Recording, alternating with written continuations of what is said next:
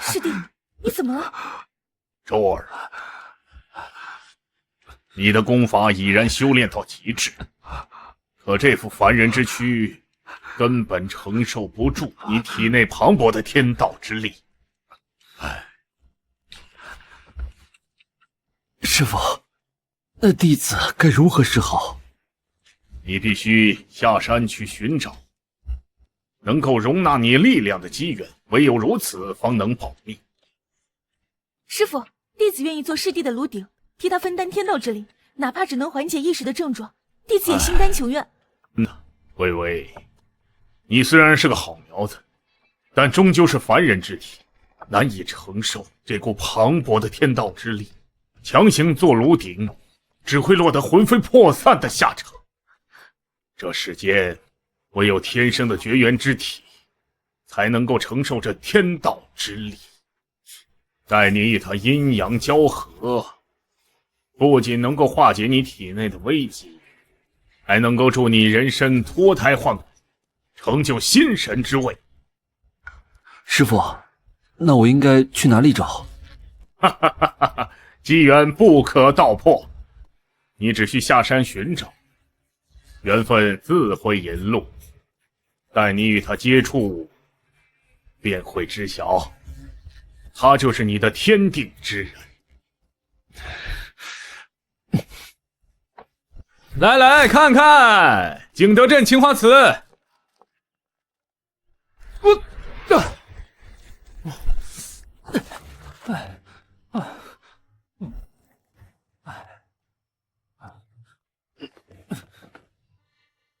这里就是人间吗？居然这么热闹！站住！怎么了？怎么了？你说怎么了？磕坏了我的名贵古玩，你给我赔5000万！多少？5000万？5000万都是少的，我这可都是唐朝、宋朝的真品。别说是唐朝、宋朝，你就说是上周、上上周都是扯淡。最多这周刚做的。你他妈，我他妈给你长长记性，上！停，快停下！好，停下。哎呀啊！还来不？我这天道之手正痒呢，要不要给你们挠挠痒？怎么像是有强一样？给你们几个光环禁闭，长长见识，看你们还敢不敢仗势欺人。姐，你给我等着！行，我等着。我不用手也不用脚，就凭吹气就足够对付你们100个的。你毁我名贵古玩，你还敢打人？我他妈招不了你！名贵个屁！你这碗号称是乾隆年间，实际上还没有我家茶壶年份久。下次我用天道之手给你挑几个真正的好宝贝，也算赔你这只破烂。穷酸小子，你懂什么是古玩吗？买不起就出来诋毁吗？你穿成这样，你出来，你充什么行家？这真是让人笑掉大牙！这碗不是什么乾隆官窑，是民国22年江西景德镇的一个小作坊的仿品。你胡说八道！有本事拿出证据来！空口白牙谁不会说？这上面的材料实际上是现代化学材料，跟乾隆时期西洋进口料相比，天差地别。你看这个底款，看似笔锋刚劲，实际上绵软无力，是后人照着字帖描的。还有这儿，还有一个小裂口，是因为当年烧制时温度不足导致的。这个窑厂当年烧制了120余件，最后流传下来的不足30件。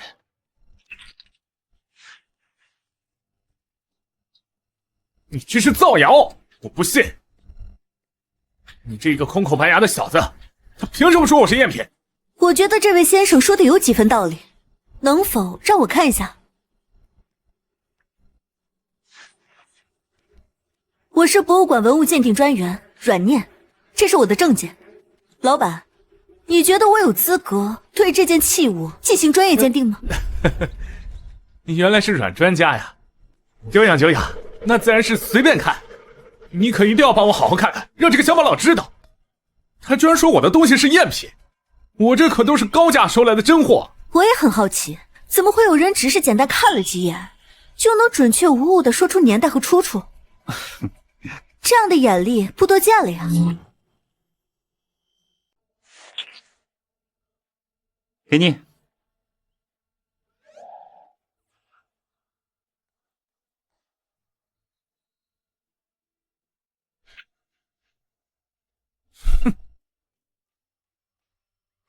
各位，这位先生说的完全正确，这的确是民国景德镇小窑厂的仿品，并非乾隆官窑。叫你们几个出来招摇撞骗，下次碰到你还揍你们！不可能！阮专家，你是不是看错了？我没有看错，这碗身的材料虽然仿制的逼真，但在放大镜下能明显看到颗粒感，与乾隆时期西洋进口的材料截然不同。底款的笔法看似刚劲，实则线条拖沓，没有官窑匠人该有的水准，的确是后人临摹而成。至于这个裂口，正是民国小窑厂烧制工艺不够成熟的典型特征。这位先生年纪轻轻，眼神却如此毒辣，不仅能准确无误地说出年代和出处，还能精准指出烧制时的瑕疵和存世数量。这份功底已经远超不少从业多年的老行家了，真是好眼力。我只是好奇，这样的独门绝技师出何门？这是我的独家绝技，师傅说过，不让随便跟别人说。那咱们以后熟了，我就告诉你。我叫阮念，在博物馆做鉴定工作。不知您贵姓啊？我看你鉴宝能力出众，是否愿意到我们博物馆做特别顾问啊？薪资方面很好商量的。什么？博物馆特邀专家？那可是多少人梦寐以求的工作呀！哼，糟了，师傅叫我出门前少使用天道之力，现在这副作用就来了。先生，你是不是身体不舒服呀？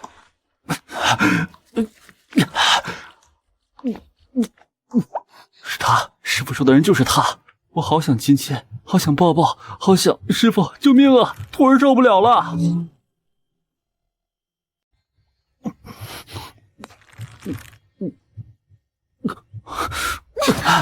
登徒子，我体内原本翻涌躁动的天道之力，此刻竟如沐春风般顺畅流转，堵塞的经脉仿佛被瞬间打通，连精神上的疲惫感都消散大半。这就是绝缘之体，他就是师傅说的天定之人。放手！你这个臭流氓！你不仅毁了我初吻，现在还要碰我！对不起，对不起，我不是故意的，我刚才晕倒了，一时间没控制住自己。这位小姐，她真不是故意的，她刚才突然身体不适晕倒了，还请您见谅。你叫什么名字？道歉有什么用？你知道他是谁啊？他就是咱古玩一条街的老板江建岳，身家丰厚，手段了得，是你这种穷酸乡巴佬这辈子都高攀不起的存在。哼，小岳，你别被这个臭小子吓坏了。这个穷酸小子就是癞蛤蟆想吃天鹅肉，也不撒泡尿照照自己什么德行。我刚才一时没控制住自己，我会对你负责的。负责？我才不要你负责，你离我远点就行。建岳，那我爸今天晚上啊要办一个酒宴，哎，今天晚上还要拍卖几件稀罕的古董。来，赏光呗。知道了，我晚上会去。哎，你还没告诉我怎么样才能再找到你？你烦不烦？赶紧滚，别让我再看到你！赶紧滚！哎，建月，晚上一定要来啊！江建月，老子追了你那么久，爱答不理，还跟那个穷小子亲上。今天晚上看我怎么收拾你！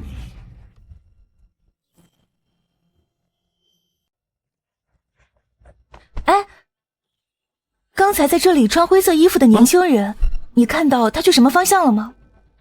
我刚刚明明瞧见他就在这里的。你说的是那个晕倒耍流氓的穷酸小子吧？不知道他哪儿去了。你告诉我他到底去哪儿了？想知道啊？很容易，你跟我走一趟。我不仅带你去找他，我还让你去见识见识古玩界的稀罕玩意儿。师傅，师弟此去下山，凶险未知，弟子实在是担心。弟子恳请陪同下山，护他周全。微微，你与周儿之间确有一段孽缘未尽。此番他下山寻找机缘，也是你们缘分的一次了断。你可暗中跟随保护于他，但切记不可干预他的机缘，一切都需顺其自然。弟子明白，弟子定不负师父所托，护师弟周全。师弟，我暗恋你这么多年，从前在山上只能默默陪在你身边，此番下山不仅要护你安全，我一定要找个机会把藏在心里的话告诉你。好，今晚我可以跟你走，但是如果你耍什么花招的话，后果自负。美女，你放心，我项羽在这古玩界也是有头有脸的人物，肯定说到做到啊！晚上7点，我在街口等你。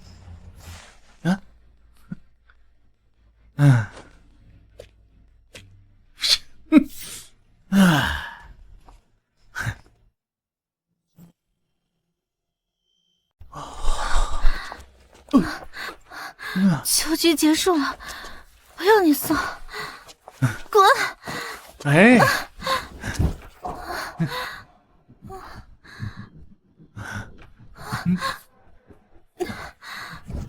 你喝多了，听话，好好休息。我这可都是为了你好。滚！你这个混蛋！建月，你说你长得这么美，何必要拒人于千里之外呢？你跟了我，我保证。住手！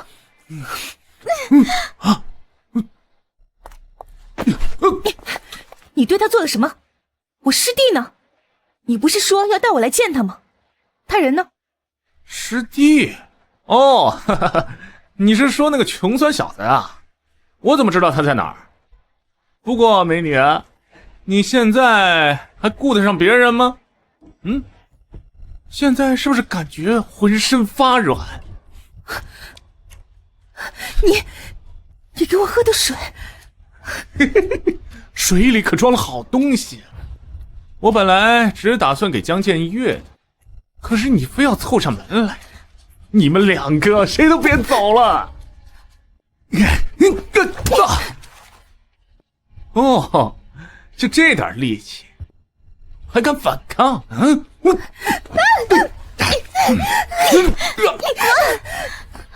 敬酒不吃吃罚酒。你说谁逃不掉？你说谁逃不掉？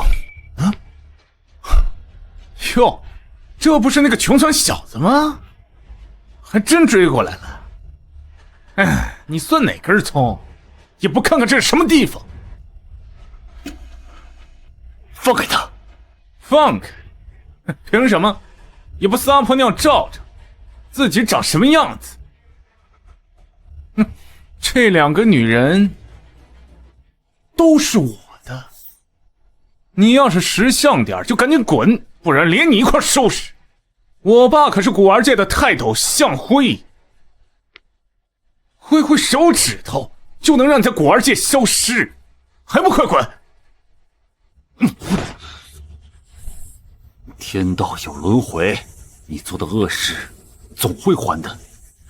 你爹的名号在我这里没用。妈的，敢对老子动手，你他妈找死！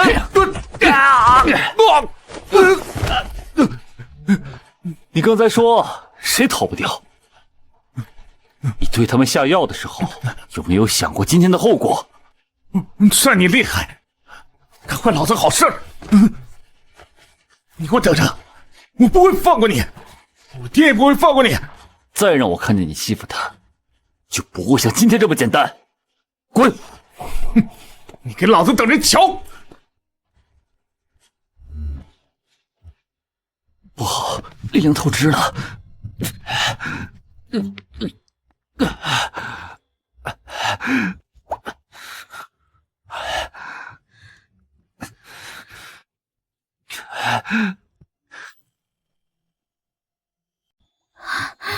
热，好热。景月，你太美了，我真的有点忍不住了。不行不行，不能做趁人之危的事情，不然的话，跟那畜生项羽还有什么区别？师弟别走。师姐，师父怎么让你也下山了？是为了保护我吗？其实我喜欢了你很多年，从前在山上，你每次叫我师姐的时候，我就已经喜欢上你了。对不起，师姐，我已经有喜欢的人了，他就在我身边。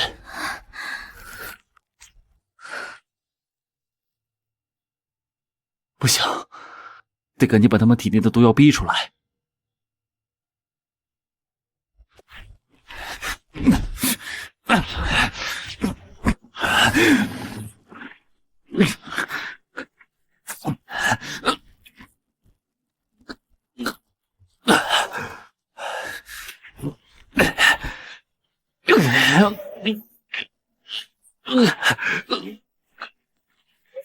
臭流氓！臭流氓，登徒子，你居然趁我昏睡欺负别人！不是的，我只是帮你们逼出体内的药效。胡说八道，哪有人动手动脚给别人解药的？无耻之徒，下流胚子！你真误会我了，项羽给你们下了药，我刚把他打跑。你不信的话，你看看你身上是不是不热了？小姐，你误会他了。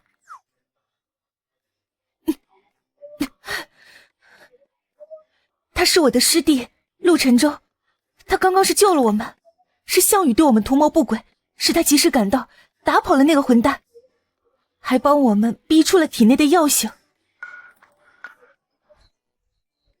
对不起啊，是我误会你了。还有，谢谢你救了我。没事儿，你没受伤就好。师弟，你身体没事吧？你刚刚动用了力量，你身体有没有不舒服？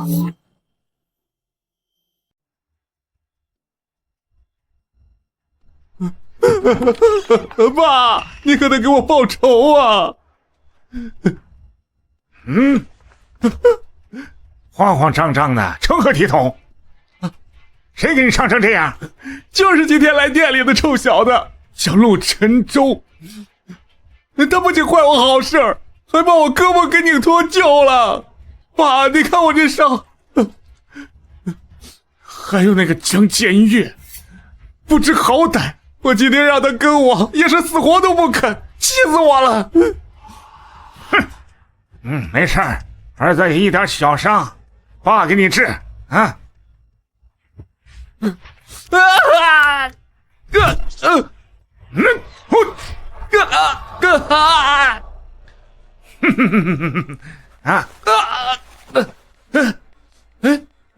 爸，你果然厉害啊！哎，一个穷小子也敢对你出手，还有那个江建岳，当真以为他是古玩街的老板就可以目中无人？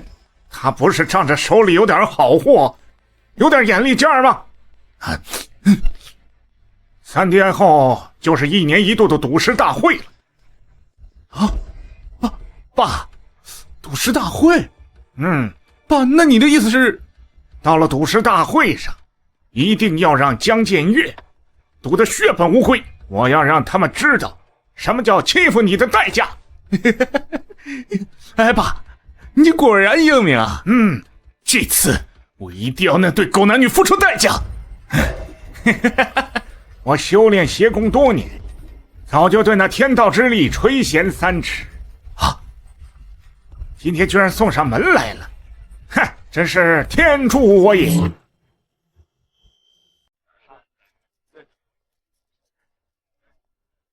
嚯，这个真热闹啊！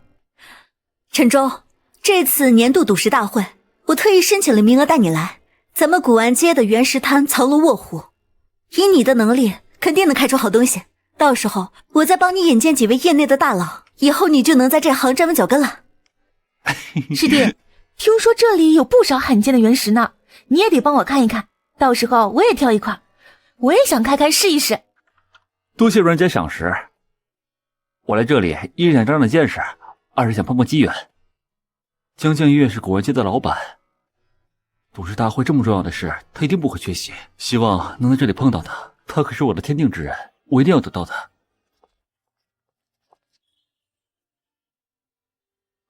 建岳，建岳，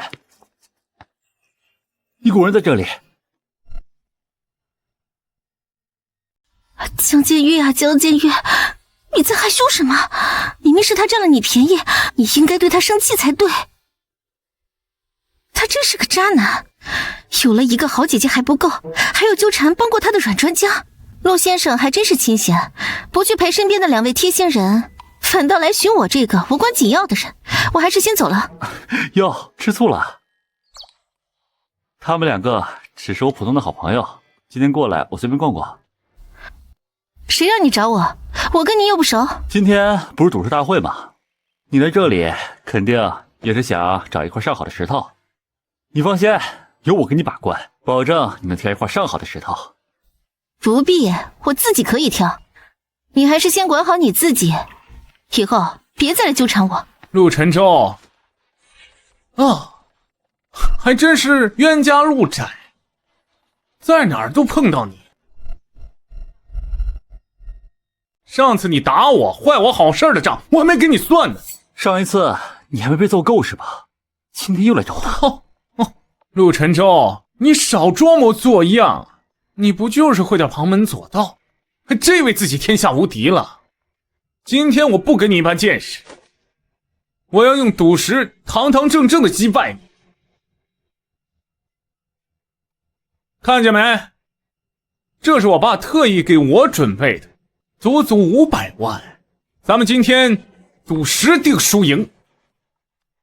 输的人不仅要当众道歉，还要跪在地上喊爸爸，从此彻底滚出古玩界，永远不能再踏入。我要让你当着所有人的面丢脸，好好算算上回账。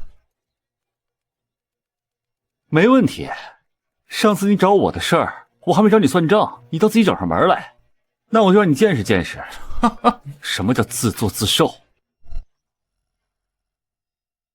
我相信陈舟的眼光，他的鉴宝能力远超常人，别说500万，就算再多，输的也只会是你。师弟，我相信你，你肯定能赢的。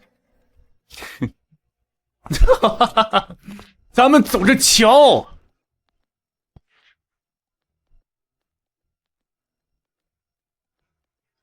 哎，怎么回事？对呀，他们干什么？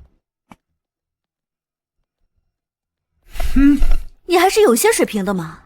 这块原石虽然还没切开，但是表皮透出的光泽温润，纹理清晰，能看出的确价值不菲。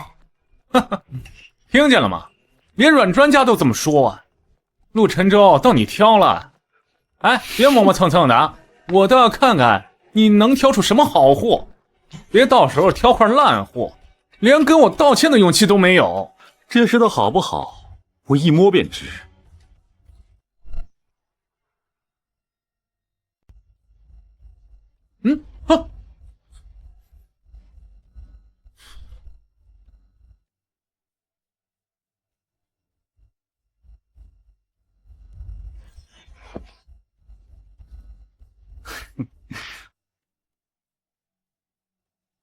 就它了。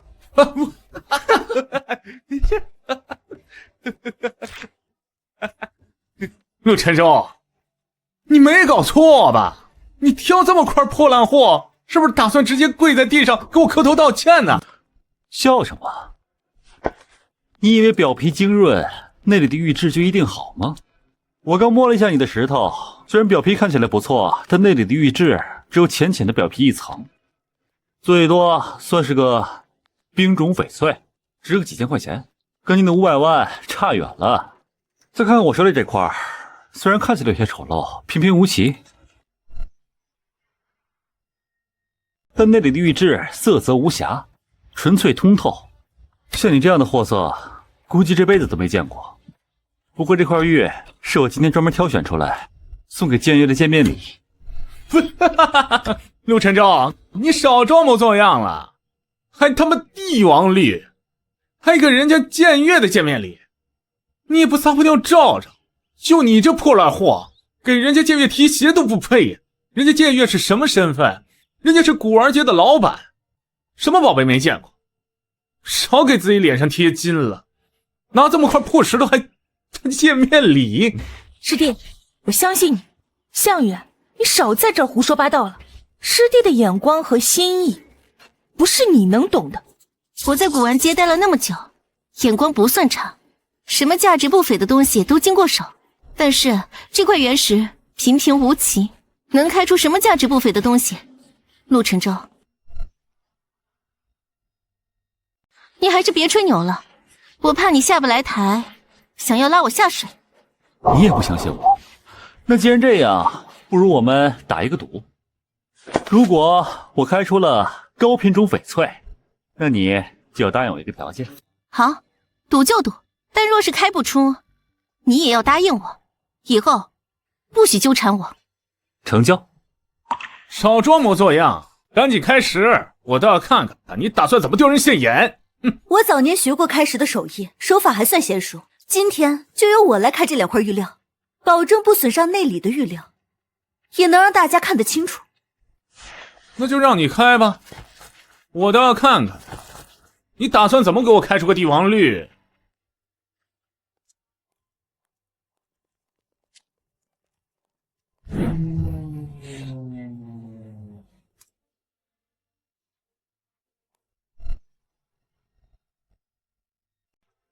哎，可惜啊，这的确是一块质量上等的冰种翡翠，但是只有浅浅一层皮，玉料微薄，质地只能算得上一般，可能卖不了多少钱。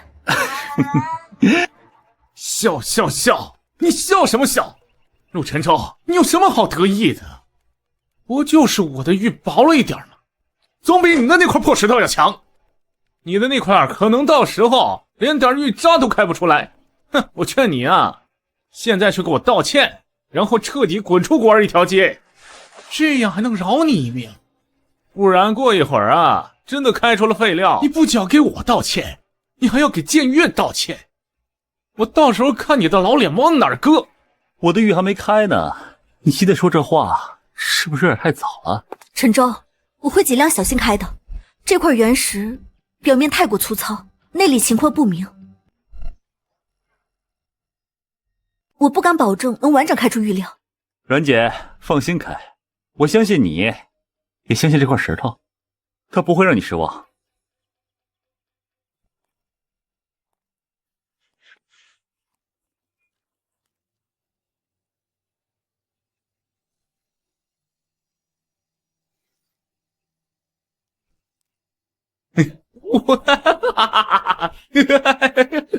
哎呀，我就没说错吧？果然是块废料，连点绿都看不见。陆晨舟，你这回是彻底完了。你要不再往里面看看？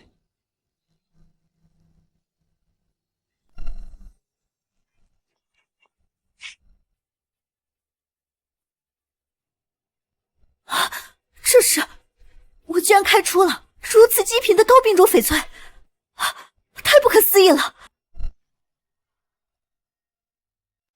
质地纯净无杂质，色泽通透浓郁，绝对是顶级的高品种翡翠。师弟，你可太厉害了！谁能想到平平无奇的外表下，里面竟然藏着这样的宝贝？哎，市值保守估计不下100万，和前面那块简直是天壤之别。不可能，不可能！这绝对不可能！陆晨舟，你一定是作弊！你一定是用机器提前检测了那块原石，不然你怎么能挑得出高品种翡翠？你就是个骗子！一定是这样，什么真本事都没有，你就是为了故意耍我，故意羞辱我，对不对？我不服！这场赌约不作数！输了就是输了，还找这么烂的借口，也太没风度了吧！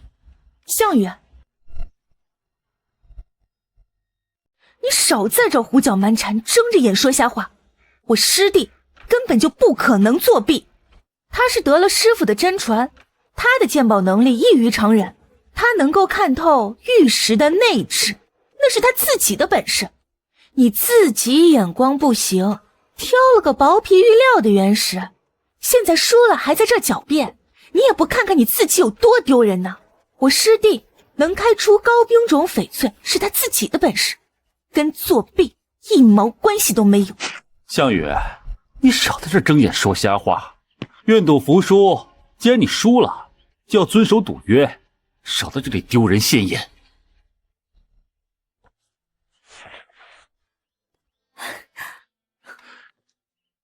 建议你看，这种高品种翡翠，价值连城。这个石头就当是我送给你的见面礼，说到做到。这么珍贵、价值连城的翡翠，你也要送给我？这种品相的石头，我可太多了，留着也没什么用，不如送给你。不过我们之前的赌约可得算数，你要答应我一个条件。知道了，礼物我收下了，你的要求我答应你。我之前确实小看你了，没想到你有这么手眼通天的本事，我现在给你道歉。现在的古玩市场竟然有这么厉害的人了！爸，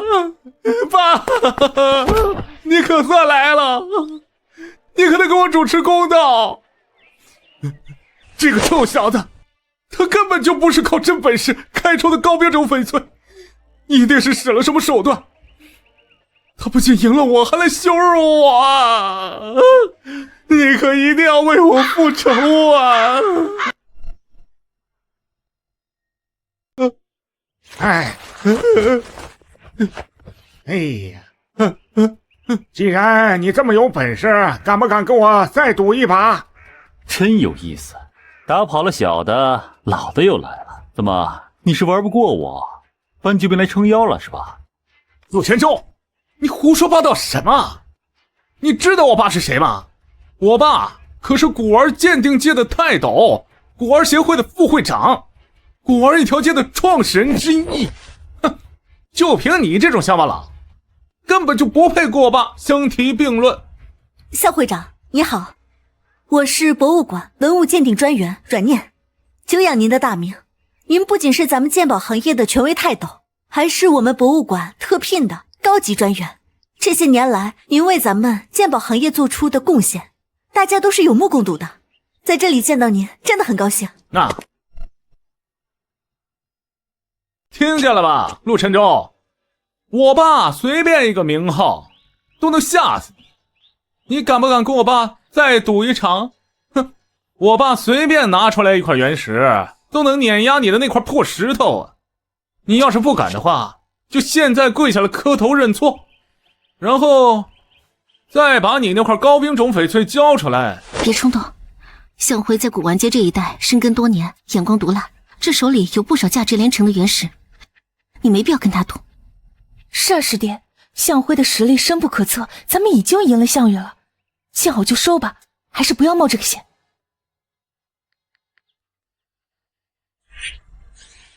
他身上有师傅说的邪功气息，他肯定冲着我天道之力来的，不能让他得逞。好啊，你说说什么？老夫今日带来一块压箱底的收藏原石。这样吧，这里的原石任你挑，你选3块，就赌这3块里面的玉质加起来都不如老夫这1块。不用3块，太浪费了，我只需要1块就够了。好一个年少意气呀！啊，既然你自己缩减筹码，到时候输了，可别怨老夫以大欺小。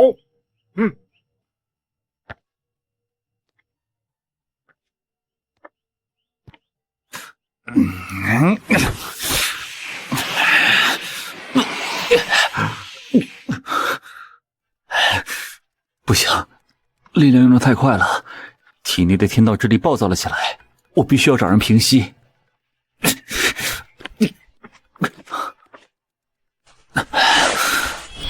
你干什么？不行，头还是好晕，干脆一不做二不休。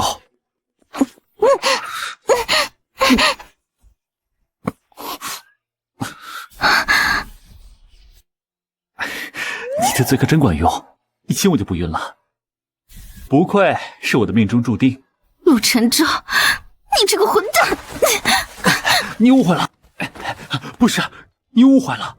我刚才开原石，用尽了我的所有力气，只有亲你才能恢复。你找的什么借口？简直胡说八道，好不好？好了，媳妇儿，等我开完原石再跟你解释啊。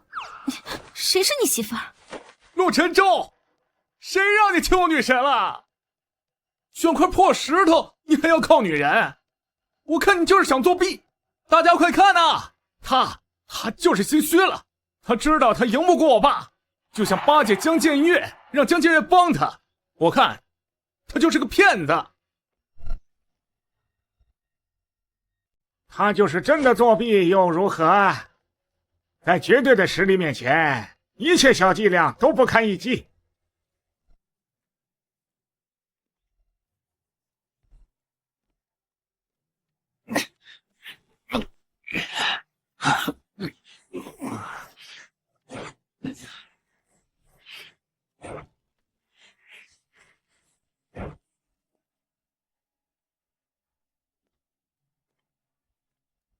好了，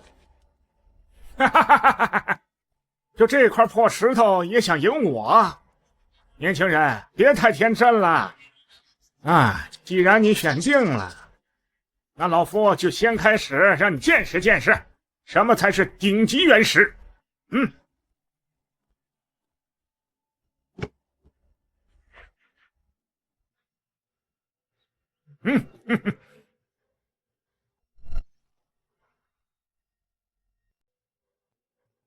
向会长的眼光果然毒辣，这套原石皮壳简直细腻，水头一看就很足。不出意外的话，这里面的玉料绝对是顶级水准。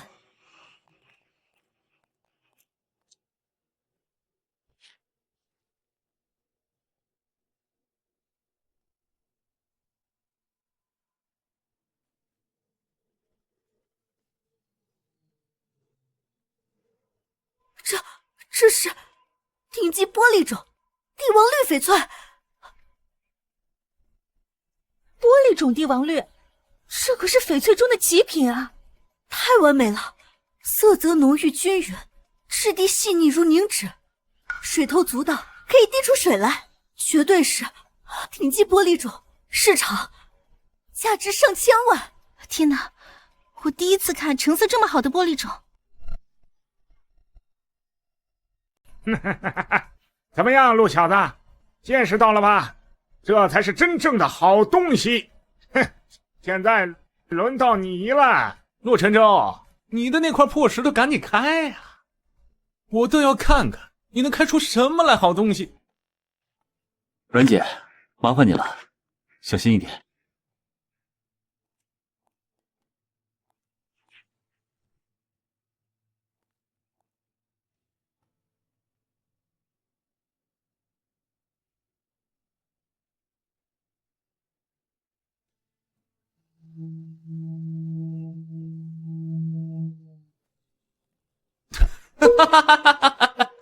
陆晨舟，果然又是一块废料。我看的，你要不就现在磕头给我们道歉吧，别耽误大家时间了啊！龙石种，传说中的龙石种翡翠。什么龙石种？它可是翡翠级别里最高的，而且比玻璃种还要稀有。完美，太完美了！质地细腻如凝脂，色泽浓郁均匀，水头足到极致。这绝对是顶级龙石种，保守估值至少是向会长的玻璃种的2倍。要是拿去拍卖，上亿都有可能。这可是可遇不可求的传世之宝啊！哇，不可能啊！爸，他的那块破石头怎么能开出龙石种？夏会长，你这块顶级帝王绿确实不错，但跟我这块龙石种相比，还是相差甚远。不过你这块原石怕是来路不正吧？如果我没猜错的话，这块原石属于博物馆收藏，是几百年前皇家墓葬出土，属于国家级文物。它怎么会变到你的手里去？胡说八道！陆小子，你不要血口喷人！我这块原石正规渠道拍卖所得，手续齐全，不要污蔑我！我看你分明就是输不起，编造谎言来诋毁我，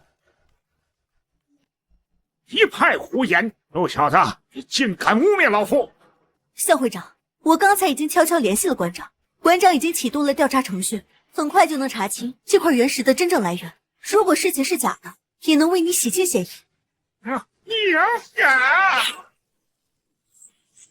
陆晨舟，江建岳，你给我等着！今日之辱，我必百倍奉还，要让你们付出惨痛的代价，生不如死！哼！走！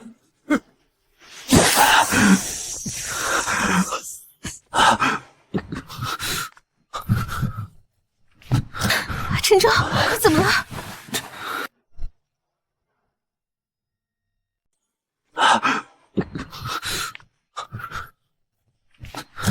陈舟，你怎么了？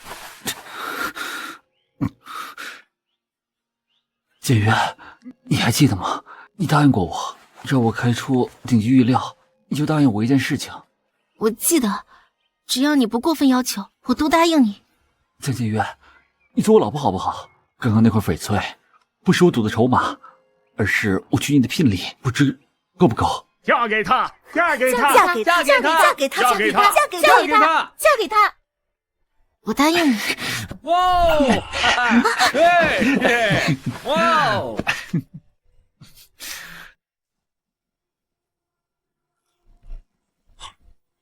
成了，终于成了！阴阳相济，天道圆满。徒儿，你终究是练成了，过了这道生死关。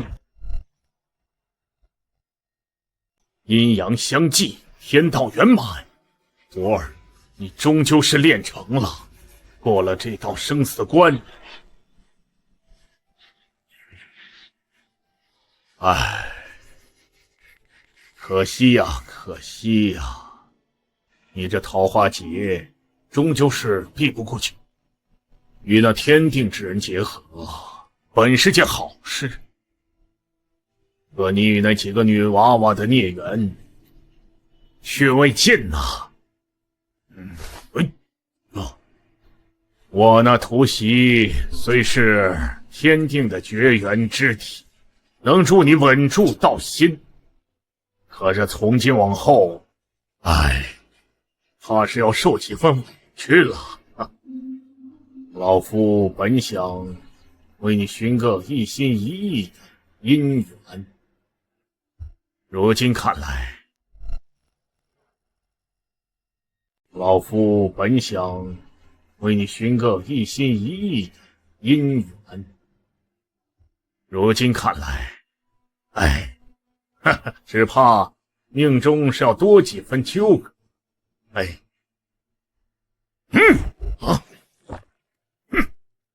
师弟这么多年未见，终究还是走上了这条路。这邪功你终究是修炼了。师父当年临终的嘱托，你可曾记得？师兄，别来无恙。师父的嘱托，他老人家要真的为我好，当年天道正法就应该传给我，而不是传给你。既然正道不给我路，那我就自己走出一条。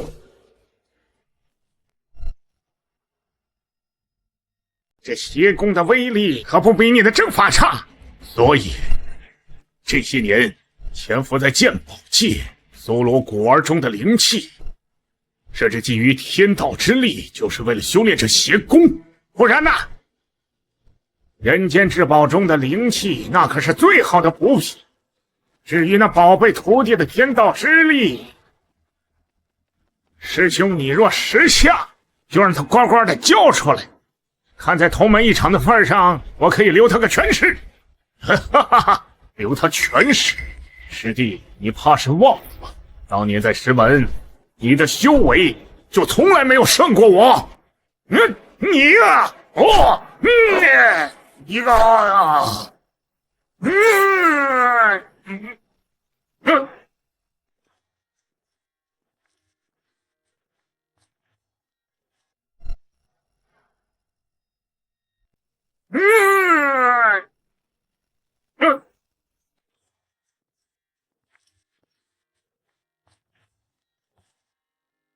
金月，前面就是我师父隐居的山了，我要让师父看看，我真的找到了天定之人，师父一定会为我们高兴的。那你慢一些，若你师父已经知道我跟你结合，会不会觉得我太过轻浮？怎么会呢？师父早就盼着这一天了，因为只有你能救我的命。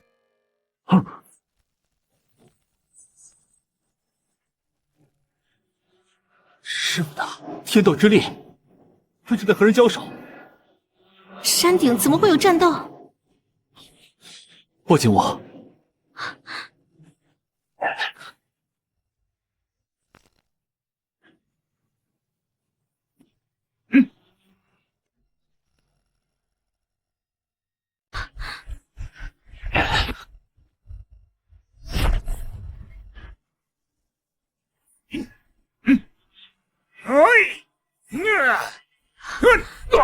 师父，师父，你怎么样？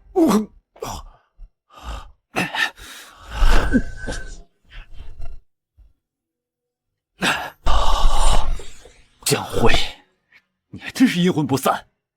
周儿，快跑！他是你师叔向辉，他已堕入邪道，他的功法专门克制你的天道之力。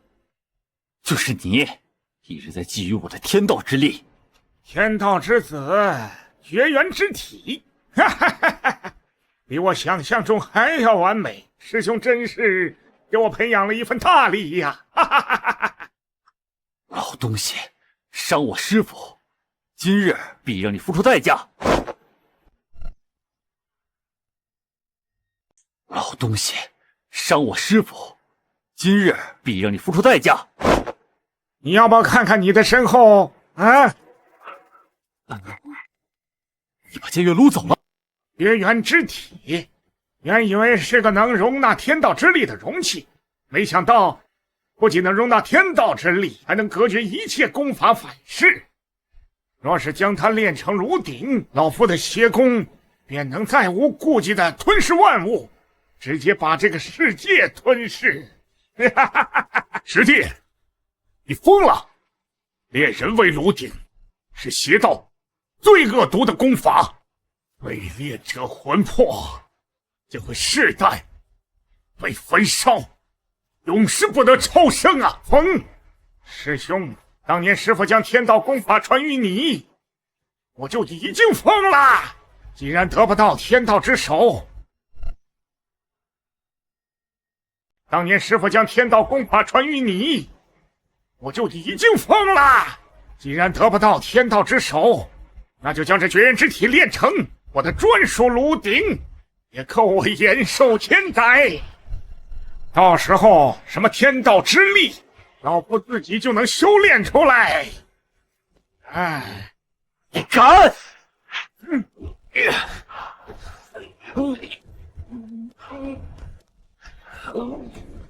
哦，老匹夫，不是感动剑人一根头发，让你尝尝真正的天道之怒。爸，给我带来了。陆晨舟，你不是很能打吗？现在你的女人的师姐，还有你的红颜知己，都在我的手上。来呀！现在你的女人的师姐，还有你的红颜知己，都在我的手上。来呀，动手啊！我看看是你的天道之手快，还是我的刀快。周二冷静，这是攻心之计。师侄，这下我们可以好好谈谈条件啦。哎，这三个女人对你很重要啊，一个是天定之人，一个是你青梅竹马的师姐，还有一个是仰慕你的红颜知己。老夫只需一个绝缘之体做炉鼎就够了，另外2个可以还给你。你什么意思？很简单，只需要你自封经脉，再交出1/3的天道本源。你什么意思？很简单，只需要你自封经脉，再交出1/3的天道本源给我炼化。我倒可以让你带走一个。爸，我要江建岳。我追了这个女人那么久，转头就跟那个小子睡了，我绝不会放过这个贱人。别听他，一旦自封经脉，我们所有人都得死。师兄，你还是少说2句吧。师侄，你选好了吗？我倒数3个数，3声之后，你若还做不出决定，就先杀了这个姓阮的女子，再杀你师姐，最后带走江建岳。3，再杀你师姐，最后带走江建岳。3。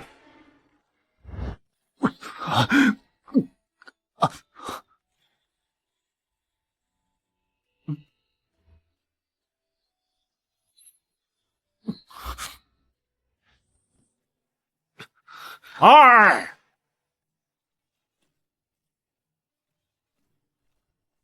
1。我选。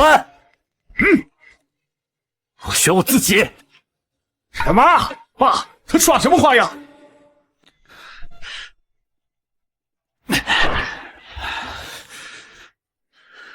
师叔，你不是一直觊觎我的天道之力吗？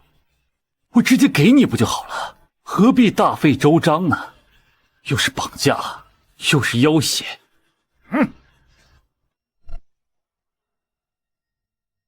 何必大费周章呢？又是绑架，又是要挟。你居然真的愿意为了这个女人交出天道之力？周儿，你疯了！天道离体，你会死的。谁死还不一定呢。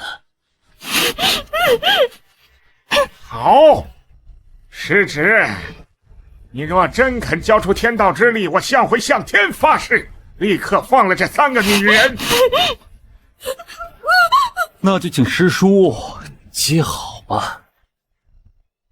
爸，你别信他，这小子在人间可把我坑惨了。他会这么轻易的交出天道之力吗？这绝对是个陷阱。你竟敢玩阴的！师叔多虑了，如今人为刀俎，我为鱼肉，除了妥协，我还能做什么？师叔多虑了，如今人为刀俎，我为鱼肉，除了妥协，我还能做什么？师叔是不敢接着天道之力吗？怕了？啊，师叔，你谋划半生，临门一脚却怕了。你是怕你这副邪恶淬炼的身体，接不住这真正的天道之力吗？你少用激将法吧，爸，别谢他，这小子在人间用这招，可把我坑得倾家荡产。项少爷倒是懂，不过师叔，你修炼这么多年，但其实你靠吸食古玩灵气，和人类精气，苟延残喘。你难道不想尝尝这天地间最纯粹和人类精气苟延残喘？你难道不想尝尝这天地间最纯粹最本源的力量是什么滋味吗？最纯粹最本源，我修炼邪功60年，吸尽无尽珍宝灵气，总感觉隔着一层纱，怎能真正的得到天道之力？爸，他在蛊惑你！闭嘴！我向辉苦修一生，凭什么不能融入天道之力？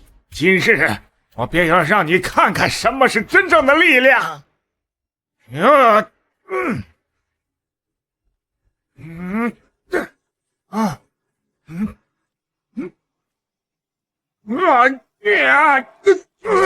我的手！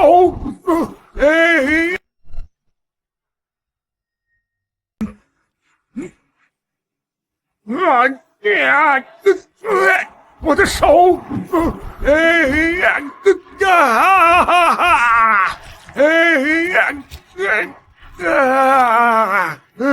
我的经脉要爆开了！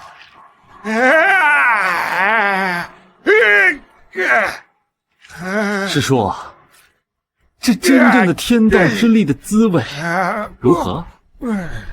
即便如此，我也只能承受这力量的1/1000，直到遇到剑月，借他的绝缘之体，才敢真正使用天道之力。你一个歪门邪道、伤害他人的废物，也配使用天道之力？真是癞蛤蟆想吃天鹅肉，痴心妄想！好一个天道之子！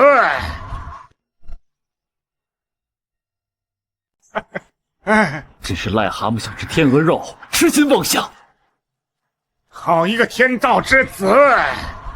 我们今天就一起去死吧！不好，他要暴体伤害我们所有人！今天所有人都得给我陪葬！这邪丹，自爆的威力能够炸平整个山！爸，炸死他们！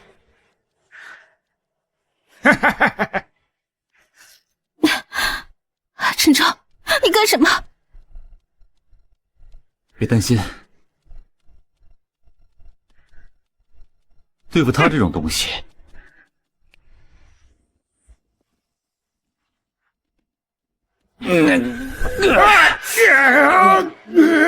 我的百年功力！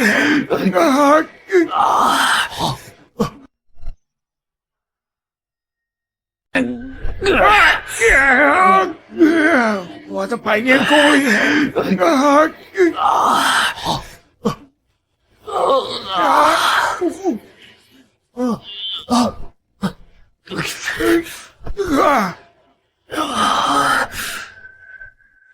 原来如此，邪念也好，正道也罢，都是天地间能量的一种方式。天道包容万物，亦可转化万物。这是天道贯体，入神成圣。师叔，你现在明白了吗？什么？你已经肉身成神了？这怎么可能？凡人之体怎么能够直接接受天道贯体？但若有人愿意以绝缘之体，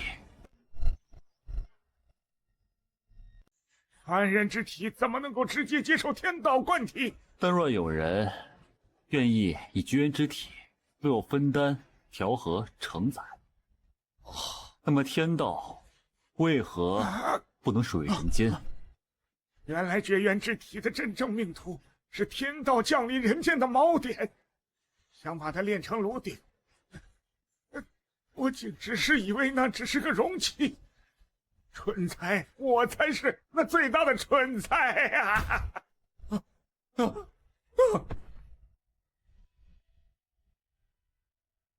我们惹怒了神明，惹怒了神仙，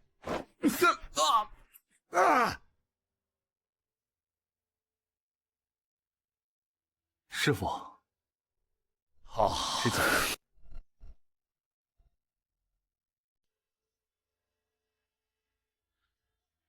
师父，好，师姐，阮姐，剑月，没事了。真的成了，人间天子，人间称神，老夫这一辈子值了。剑月，刚才那一刻，我感受到了完整的天空，而这完整的我，有一半是你。油嘴滑舌，但是还是谢谢你又救了我一次。师弟，你现在离我好远，像天上的星辰，看得见，却再也够不着了。陈州，能认识你，见到你走到今天，我已经很知足了。你注定是要翱翔9天的人。师姐，阮姐，你们永远是我的师姐，是我的朋友，并不会因为我的力量增加而改变这一切。我就是觉得以后可能帮不上你什么忙。从前在山上，我还能教你练功，护你周全。现在不是的，师姐，当年在山上，若不是你一直陪我练功，替我分担师父的严厉，我未必能撑到现在的这一天。这份恩情我会铭记。见证你走到今天，我已经很满足了。你注定是要翱翔9天的人。阮姐，当初在古玩街，是你第一个认可我，给我机会，这份知遇之恩，我也会铭记在心里。痴儿，都是痴儿。徒儿，有些事情为师该告诉你了。师父请讲。其实你命格特殊，乃天命桃花星转世。此命格之人情感就可远超于常人，且每一段姻缘皆与天道修行息息相关。江建岳是你的天定正缘，他助你阴阳调和，成就完全，但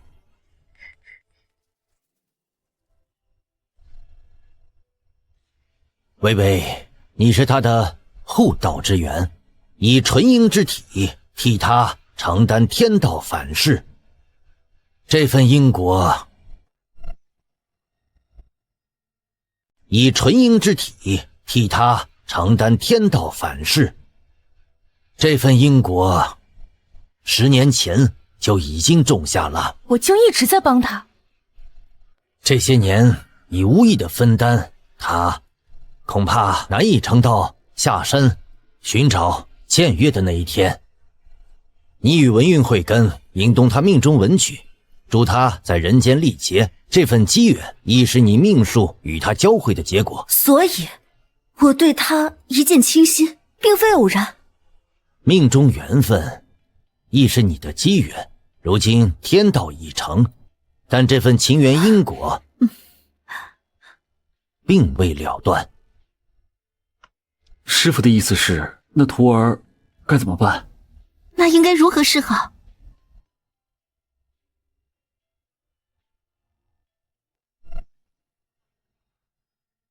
怎么办？那应该如何是好？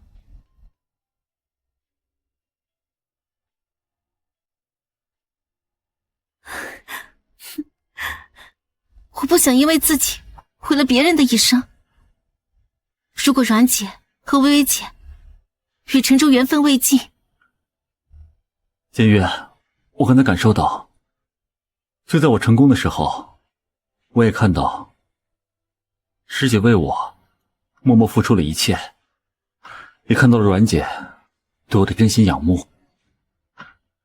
尤其是你，监狱，真正的天道是包容，是圆满。若我因一己私欲斩断这些本该存在的缘分，岂不是违背了天道的本意？有这份心，我就支持你。天命如此，天命如此啊！